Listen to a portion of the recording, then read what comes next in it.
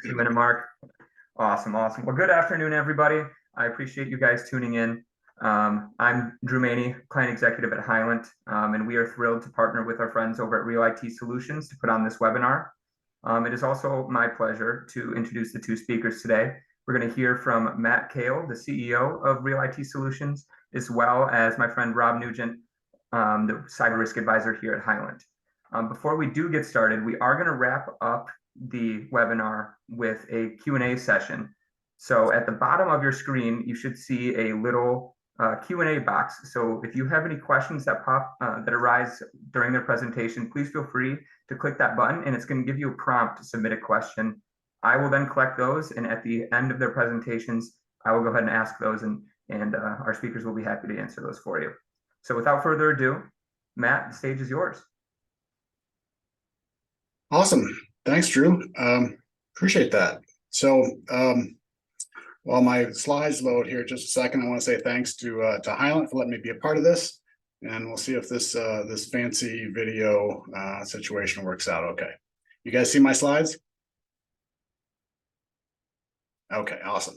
So yeah, today's thrilling topic, cybersecurity. I know everybody's on the edge of their seats ready for this, but I'm going to give you some practical stuff, so hopefully you'll take away some useful information. So today, 3 simple mistakes business owners make with their data that no one is talking about.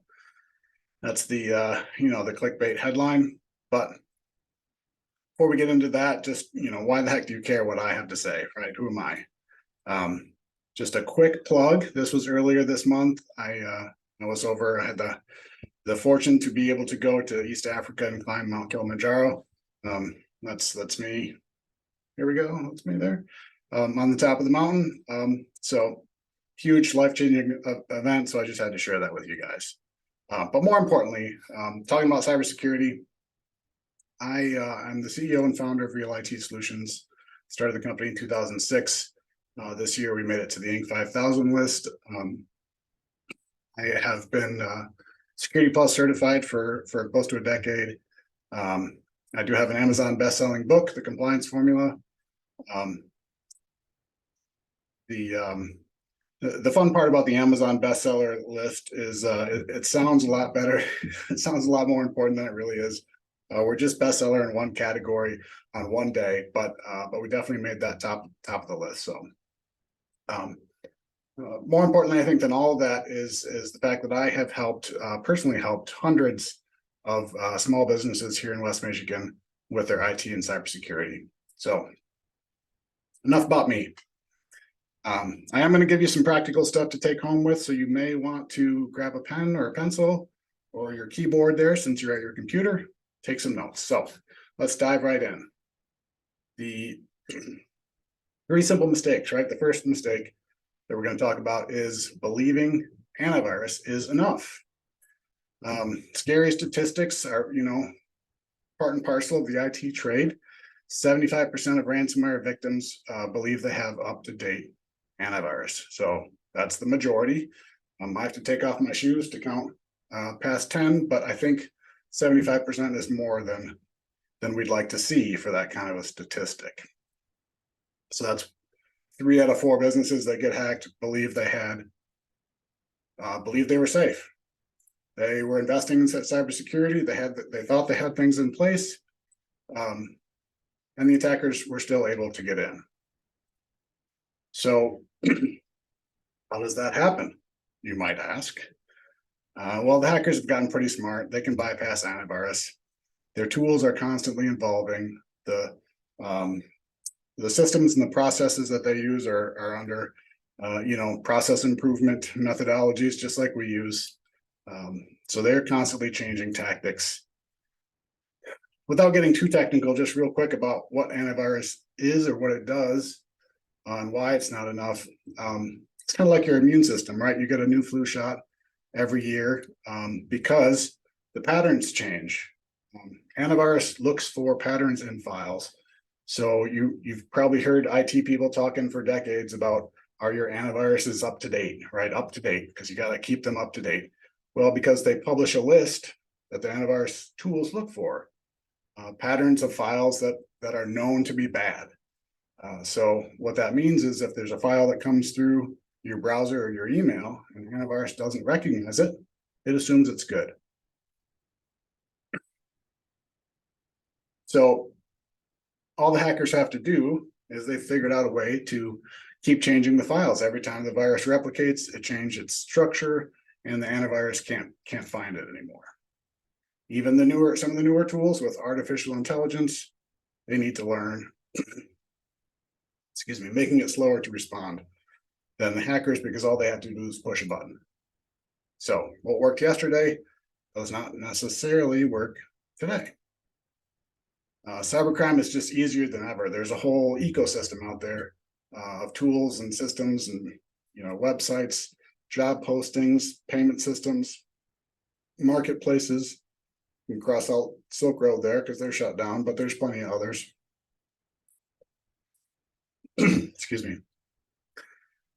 So I will give you a quick example. Our cybersecurity team worked with a small financial services firm before COVID.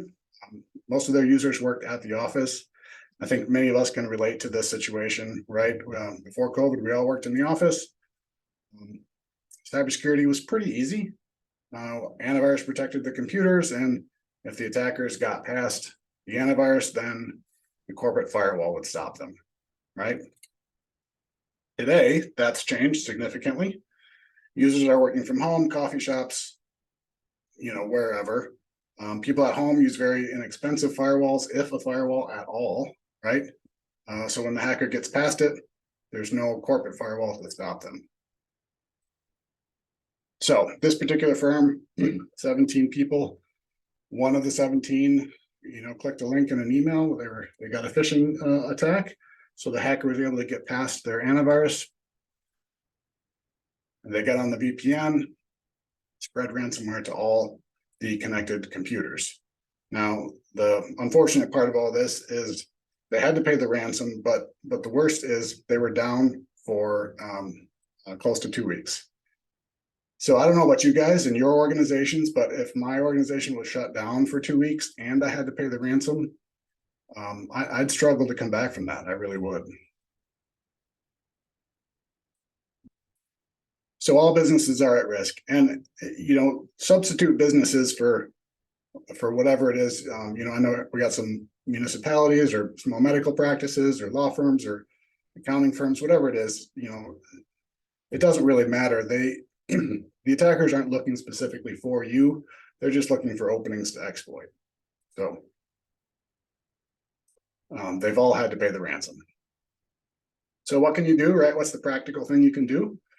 Make sure more than antivirus is protecting your assets. We look at least 7 different layers of protection: human, perimeter, network, endpoint, application data. I won't get into all that. Point is, you need a few more layers.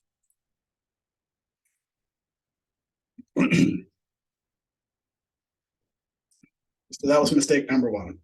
Believing antivirus is enough. Mistake number 2, missing the warning signs. What are the warning signs, you might ask? Well, let's tell you.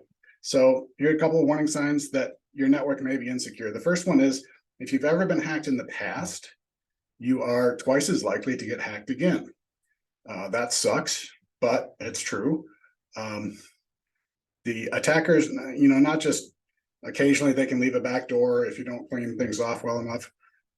More importantly, they know who you are and they know how to find you. And they may know that you have some money because you paid the ransom before, right? So it's like blackmail, they'll come back again.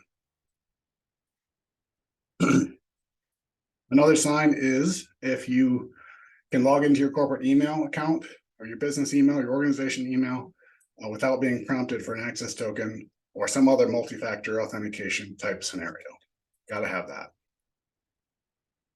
If you're constantly getting spam, we all get spam, but if you're constantly getting it in your inbox, other unwanted email, that's a warning sign. 74% of organizations in the United States experience a successful phishing attack. So again, with that, 3/4, that's a lot of businesses organizations getting phished. 65% of those who experience that attack, their email accounts are compromised, and then the compromised email account is used to infect people with ransomware. So do not feed the fish. Unfortunately, 1 out of 5 people will feed the fish. And phishing is just, for those of you who don't know, it's basically tricking you into providing personal information, credit cards, passwords, that sort of thing. Some sort of message impersonating someone to trick you into giving up that information. So another warning sign, you're getting lots of warning messages or pop-ups on your computer. Please don't click them, call your computer support. And the last sign is if you don't know what to do, if you get some of those weird emails or a new signature on your email account that isn't yours, your password changes unexpectedly, do you know what to do if you start seeing that kind of stuff happen? If you don't know what to do, that's a warning sign. So if you don't have a clear method on how to report a security incident, you don't know what to do, that's a big issue. So what can you do? Hey, make sure everyone is on the lookout. That's everyone in your organization, including ourselves, right? We do cybersecurity awareness training for everyone. You have a documented way to get help, policy, procedure, what folks should do when they experience some of these issues. And obviously make sure everyone knows what to do. So mistake number 3 is not seeking validation, not getting a third-party opinion. You ever get x-rays at the dentist? Of course we do, right? We want to see any underlying issues that aren't visible or aren't detectable with the naked eye. So have you ever had the equivalent of an x-ray of your network? Have you ever had that third-party expert look at your security and make sure everything's buttoned up? If not, that's something that we can do. Analyze the network, meet with you, easy for me to say. The word is review the results, and then give you simple steps you can take to protect yourself.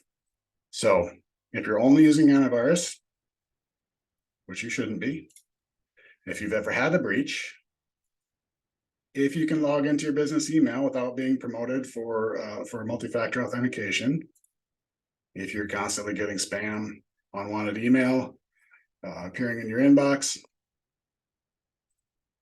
if you're getting warning messages and or pop-ups on your computer and you don't have a method to report it, it's definitely time to get a security analysis. Even if you think everything's great and your security is top-notch, why not get the validation, right? Why not have somebody look at it and give you a big stamp that says, yes, you're doing the right stuff. Now, I hear this all the time. You might be thinking you're too small. The hackers aren't after me. They're looking for the big organizations. I'm here to tell you that they don't care. Any hole that they can find, they will exploit. Sometimes they use you to get to your customers or your vendors. More often than not, they can just get whatever they can get from you, be it 10, 25, 50, 100 grand, and then they move on to the next one. So they may not be targeting you specifically, they're just targeting anyone that shows up on their list of compromised systems. So, would you ever proofread your own work? I don't know about you guys, but my kids, if I asked them to correct their own homework, they'd get 100% every time. So, it's a good idea to have a second set of eyes. So, if you wouldn't correct your own homework, don't force your IT people to do it either. So, at this point, you might be thinking, you know what, this isn't my job, right? But I would ask you, as the leader of your organization, who's going to be responsible for communicating to your clients, your customers, your constituents, if you have a breach? Who's going to be negotiating the ransom? Chances are that's going to fall down to you. So it's something you want to have on your radar. So again, we can come in, review with you, analyze your network, review the results, and give you some simple steps that you can take to protect yourself and your data. Some of the questions I get when we talk about this analysis, do you need administrative credentials? No, we don't need passwords. We don't need to install anything. Another question we get, you have to have your IT department involved. So that's an interesting one. There's kind of two ways to look at that. It doesn't matter to us. Honestly, it's really up to you. I would ask, will the hackers give your IT department a heads up before they hack your network? Not that we're going to hack your network, but we're going to do some analysis that simulates some of that activity. So if you want to get them involved and have them be part of the process, that's totally fine. If you'd rather get that third-party opinion and then review the results with them after the fact, that's also fine. Doesn't matter to me. So again, we won't install anything. We don't need passwords. It doesn't cost you anything. And so what's the catch, right? Why are we doing this for free? So the catch is we can't do it for everybody, and we can't do an unlimited number. So we can do 5 of them a month this month, and they're totally free for the first 5 people that sign up. If you if you want to still get on the list, we can put you on the waiting list, or we can do a paid assessment depending on the size of your organization. So my security team and I, we're on a mission to protect 1 million people. We're doing pretty well on that mission. I'd ask for your help, and Hyland's here to help us do that as well. So again, third-party cybersecurity network analysis, visit realitysolutions.com/risk to sign up. And hopefully you've gotten some beneficial information, some key takeaways, things you can do to make sure that you're protected. And if nothing else, you know where to go to get some help. Right. Thank you, Matt. And next, we're going to have Rob, the cyber risk advisor here at Hylant, talk a little bit about the insurance piece of this. When something does happen, how does insurance interact with that? How does insurance get involved? What are the parameters of that, and why it might be important? Thank you, Drew. I'm going to go ahead and share my screen here. If this works. Oh, Matt, I think you might have to enable me to share my screen. Oh, I swore I did that already, but try again. Well, while he's going on with that, Rob Nugent, I'm in Columbus, Ohio. I'm a cyber risk advisor here at Hylant Insurance. So I want you to know that I have 3 New York Times best-selling books, and I have climbed Mount Everest. Neither of those actually happen to be true. However, Matt came pretty strong out of the gate here with his Kilimanjaro and the Amazon seller. So figured I'd have a little fun here. So okay, tell me if you guys can see this. You good? All right.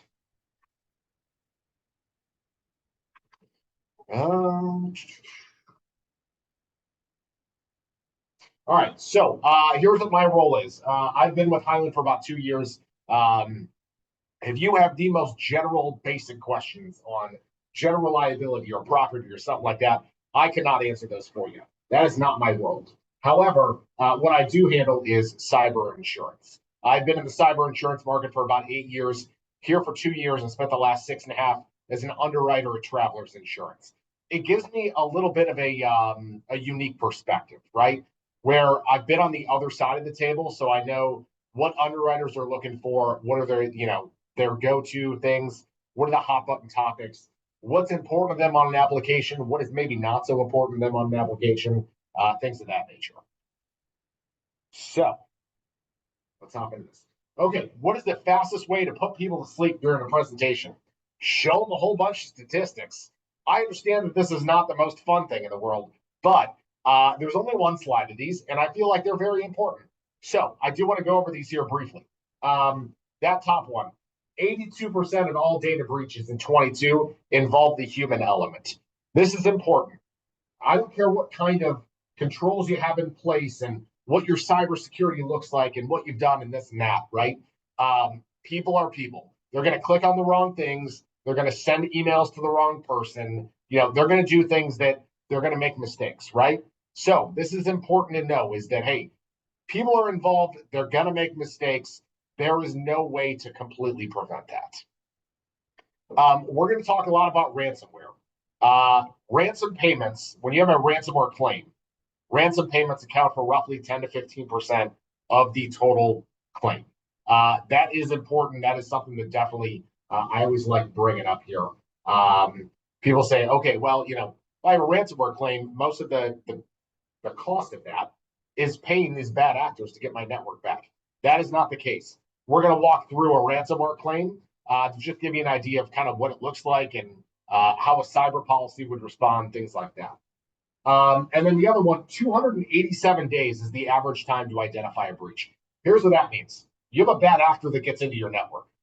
On average, they are in there for 287 days before they pounce, okay? Before you know that they're in there, before they perform a ransomware claim or, you know, whatever it may be, right? What are they doing for 287 days? They are literally trying to get every single piece of information that they can.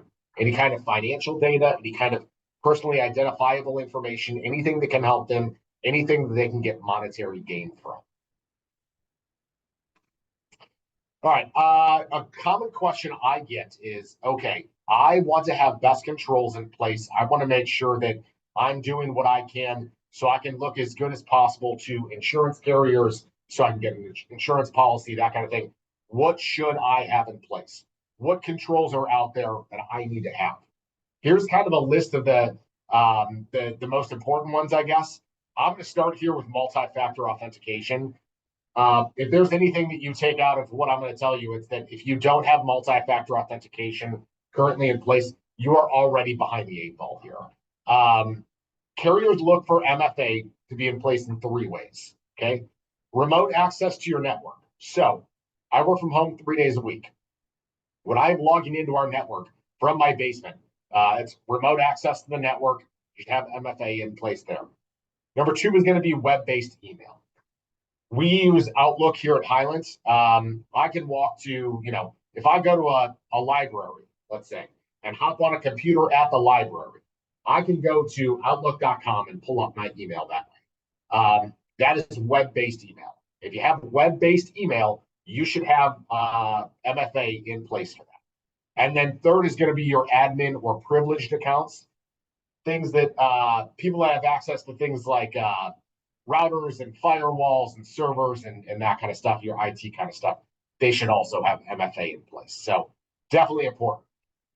Another thing that I want to go through is employee training, which we do here at Hylant. You know, we do phishing tests that just say they'll send you an email, see if you click on it when you shouldn't, that kind of thing. So that way we can let employees know, hey, you need to be to kind of do your due diligence on this.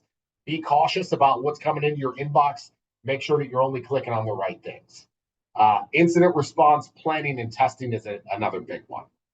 What we have found is during a cyber claim, people that have an incident response plan in place generally bounce back so much quicker from a cyber claim than people that don't. You should have a plan in place that says, hey, if we have a cyber event, here is who is going to be responsible for each thing, right? This person's going to call our insurance agency. This person's going to contact IT. This person's going to do this. This person has authority to make purchases if there's anything that we need to buy. This person has the authority to say okay to certain things. All of that. That all goes into your incident response plan. It is very important to have one of those in place. All right, so I want to walk through a pretend ransomware claim. In a situation, ransomware is the biggest issue that we are seeing, without a doubt, in the cyber world right now. Number 2 is social engineering. We're going to get into that, but I want to walk you through, this is what a ransomware claim looks like. This is kind of what happens here. So I'm going to kind of give you the Cliff Notes version of this, but basically it's Memorial Day weekend, Rob's Pub and Grill. If I'm going to have a restaurant, I'm at least going to name it after myself. They're preparing, it's one of their biggest weekends of the year. This is a place, multiple locations, outdoor patios, right? During the summer, this is their big months. Memorial Day weekend is huge. So they basically get hacked where they are completely locked out of their system. Okay. They can't access their computers for inputting orders, can't take credit cards, can't do takeout orders, any of that stuff, right? Everything is locked up. They're completely locked out of their network. There's been a ransom demand of $700,000. Turns out their CFO had his email credentials stolen by a bad actor out of Russia. When you see a situation like this, this is your average run-of-the-mill ransomware claim. And unfortunately, we see these kinds of things all the time. So, in a ransomware claim like this, you're locked out of your system, you can't do business, there's basically not a whole lot you can do. Why do you have a cyber insurance policy? How does it respond to something like this? Let's walk through that. Okay, so here's what's going to happen. One of the big advantages of having a cyber policy, when you have a cyber event, there will be a breach coach assigned to you. That person will walk you through every step of the way. Hey, here's what's going on. Here's what's going to happen next. Here's what you need to be thinking about. Here's what we're going to be talking about next week, et cetera, et cetera.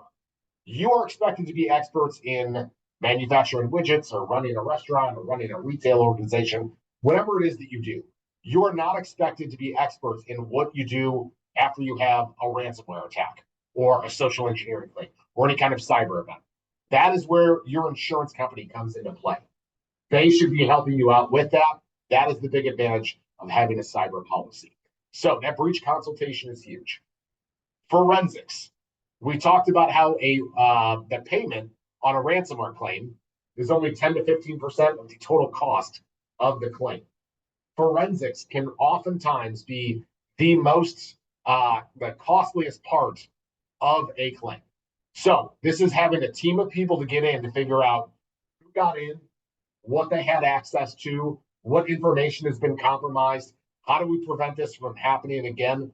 All of that stuff, that's your forensics. That can get very costly.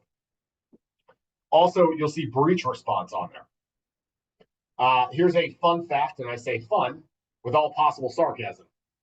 When you have individuals whose information has been compromised, you are legally obligated to notify them, and oftentimes legally obligated to put them on credit monitoring service if they've had credit card numbers that have been breached or something like that, right? It varies by state as to what you have to do. Not the state that you're in, the state that they are in. So you take a company like Hylant, we've got offices all over. We probably have customers in, 40 different states. That means we have 40 different sets of regulations that we have to abide by. This is, again, where a cyber insurance policy comes into play. You've got a breach coach. They've got vendors that they work with. They will take care of all of this for you. And then public relations can also be, a big part of a cyber policy. If you need to bring in a PR firm, crisis communication services and all that, to kind of shore up your reputation, that's also part of the cyber policy. All right, so here's the extortion coverage. That is payment that you will make to a bad actor if you decide, hey, we're going to make this payment and we're, in order to get our network back. It is totally up to you whether you make that payment or not. A breach coach will work with you. They will give you the pros and cons of, hey, here's why you want to do this. Here's why maybe you don't. What's going on with it? But that payment is covered under a cyber policy. Business interruption. So in this scenario, Rob's Pub and Grill, right? They're basically locked out of their system. There's not a whole lot they can do. They can't take any kind of takeout order, can't take credit cards. They're going to be losing a lot of business. Any lost revenue as a result of a cyber event, that lost revenue is covered. That is your business interruption coverage. So covered under a cyber policy. And then you'll see some other things in there, right? Recreating your data, any kind of regulatory fines that you may have, bricking, if you have any kind of hardware, so laptops, cell phones, servers, anything like that, that is inoperable as a result of a cyber event, where it's now basically as useful as a brick. That's where the bricking term comes from. Replacement of that covered under a cyber policy. Excuse me. And then reputational harm, any kind of future income that's lost as a result of a cyber claim.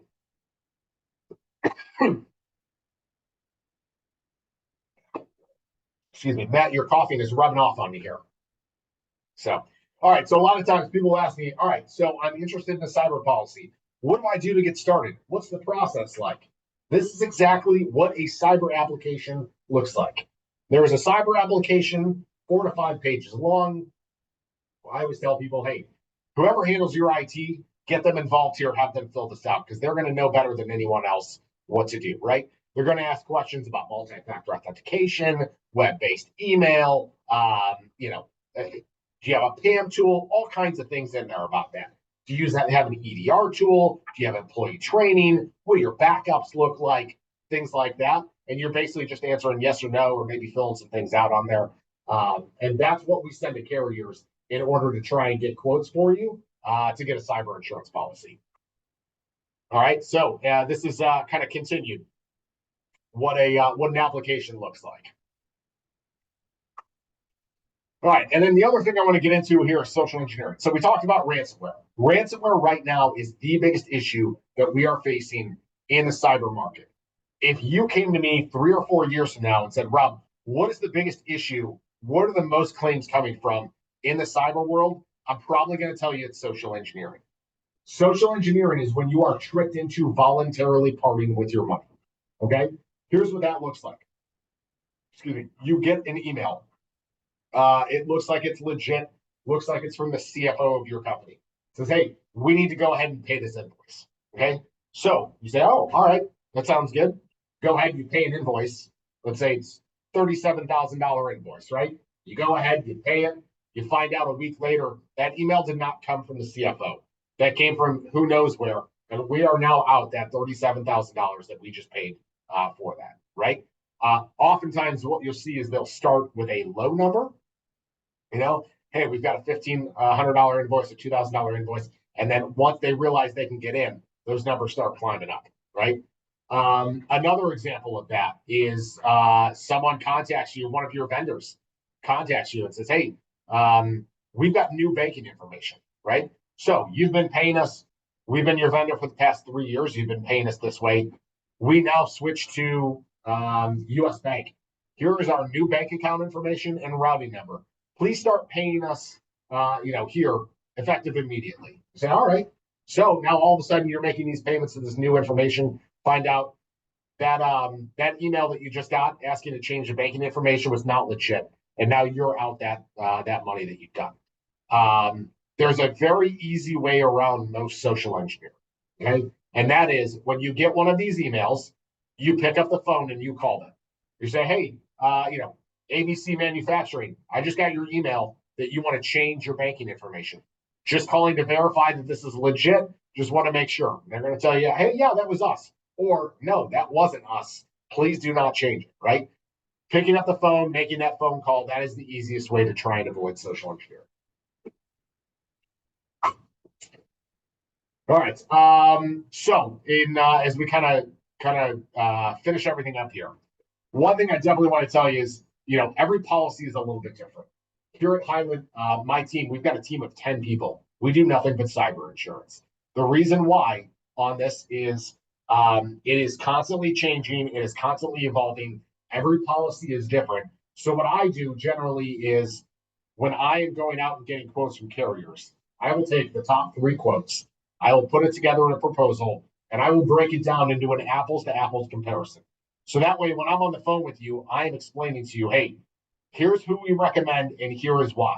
They are better here. I like their policy language here. They have coverage for this specific event here. That's why we are recommending them. Every policy is different. There is no such thing as a one-size-fits-all cyber policy. Also, chaos, holiday weekend. These bad actors, they are smart. They know what they're doing. That pretend ransomware claim we had happened Memorial Day weekend, right? Because Memorial Day weekend would be a huge money-making weekend for that organization. I grew up, my dad was an accountant, so I understand what tax season is like. We saw a cyber claim within the past couple of years of an accounting firm that got hit at the end of March, right in the middle of tax season, right? That is not a coincidence. That is done on purpose. These bad actors are going to hit you when they know it's going to hurt the most. The reason being is they know that you are more likely to go ahead and say, all right, pay this, be done with it, get our network back. But, we can't afford to have our network here not in use. We need to get everything back. We need to get rolling. So that chaos, they're going to hit you when it hurts the most, for sure. And then again, just a few different insuring agreements as far as reputational harm and business interruption, public relations, everything there that would be covered under a cyber policy. All right, so that'll kind of do it to me. Drew, I am going to turn things back over to you. Awesome. I appreciate that, Rob. We do have a few questions that came in. And Rob, I'll start with you just because I don't want to give your voice a break. Someone said that I believe we have a cyber coverage endorsement on our property policy. Can you explain the difference between that and a separate cyber liability policy? Yeah, very good question. So a lot of times what you'll see is, what we always recommend is a standalone cyber policy that is completely separate from everything else. It is its own policy, as opposed to what you're talking about, Drew, here, which is basically a rider on your cyber policy.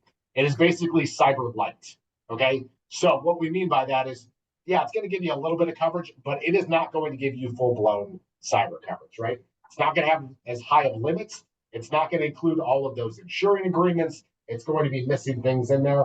Yeah, it's better than nothing, I guess. However, it is completely different from having a standalone, full-blown cyber policy. Awesome. We have another one here. Matt, I think this caters towards you a little bit more. If we have very little to no safeguards in place, aka MFA, where do we start and which ones should we implement first? That's a great question. It's really going to depend on the size of your organization and what your budget is and that sort of thing. So I would recommend consulting with an expert in the field. Rob's given some great advice. I've learned a few things just here today. So, you've got resources here on the webinar. I'd be happy to have a conversation with you. If you're just looking for, the simplest and easiest things, again, it depends on what you're using. A lot of businesses these days are on the Microsoft suite or the Google suite. There's options inside there. You can go in and turn on MFA. Microsoft and Google provide that option free of charge. So there's no reason not to do it. So I would start there. Definitely get your email protected. There's a free service from Microsoft, free one from Google. Go do that. Awesome. And another one here, kind of on that MFA topic. Rob, someone's asking, can I get cyber coverage if I don't have MFA in place? Yeah, so no one really required MFA until probably 3 or 4 years ago is really when we saw it.